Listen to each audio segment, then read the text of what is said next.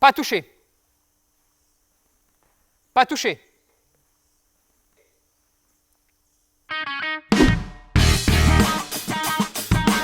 Esprit Dog est sur Facebook, Instagram et YouTube. Abonnez-vous et n'oubliez pas nos formations en ligne pour éduquer votre chien sur espritdog.com.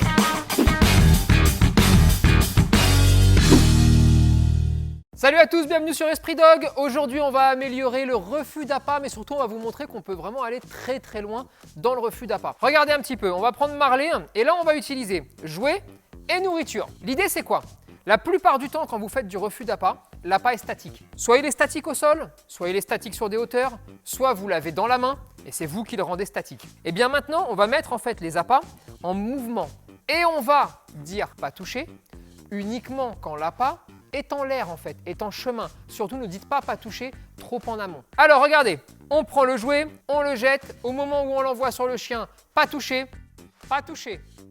Le chien ne doit pas toucher, ne doit pas le récupérer. Vous dites prends, Marley, prends.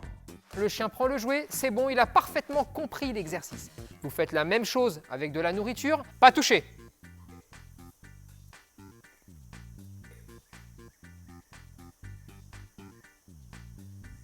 Prends.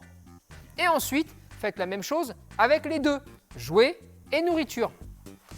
Pas toucher. Pas toucher.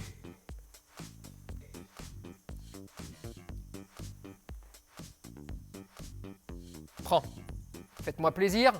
Vous ne me prenez pas des ballons qui font 12 kg et vous ne lui jetez pas sur la tête au chien. Et là, il faut, petit 1, de la réactivité sur le chien. Il faut que le chien soit capable, alors que l'appât est en mouvement, donc ça va très très vite, ça prend une seconde et demie, d'entendre le pas toucher et donc de se retirer ou en tout cas de ne pas le toucher. Ça, c'est la première des choses. Ça lui demande aussi une concentration, une gestion de ses émotions qui est quand même assez impressionnante là pour le coup.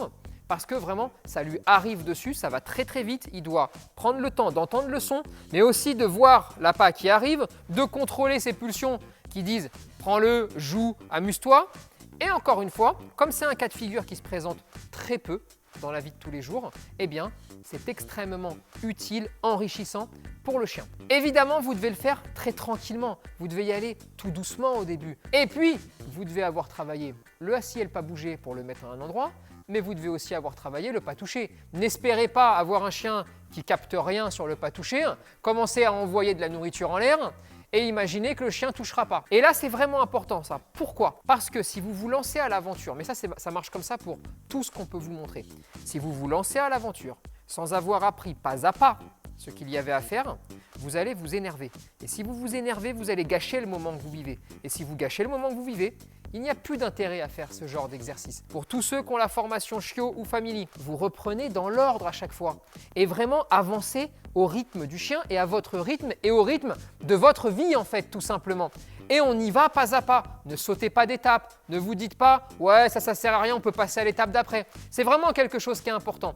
Et si vous y allez étape par étape, alors à la fin, vous arriverez sans aucun problème à pouvoir faire des variantes comme celles qu'on vient de vous montrer là, qui permettront à votre chien de progresser et à vous aussi de mieux connaître votre chien. On compte sur vous pour partager cette vidéo, réagir en commentaire et vous abonner à la page Facebook, Instagram et YouTube. Et n'oubliez pas que nos formations en ligne sont là pour vous aider à éduquer votre chien et votre chiot. Dispo sur espritdog.com.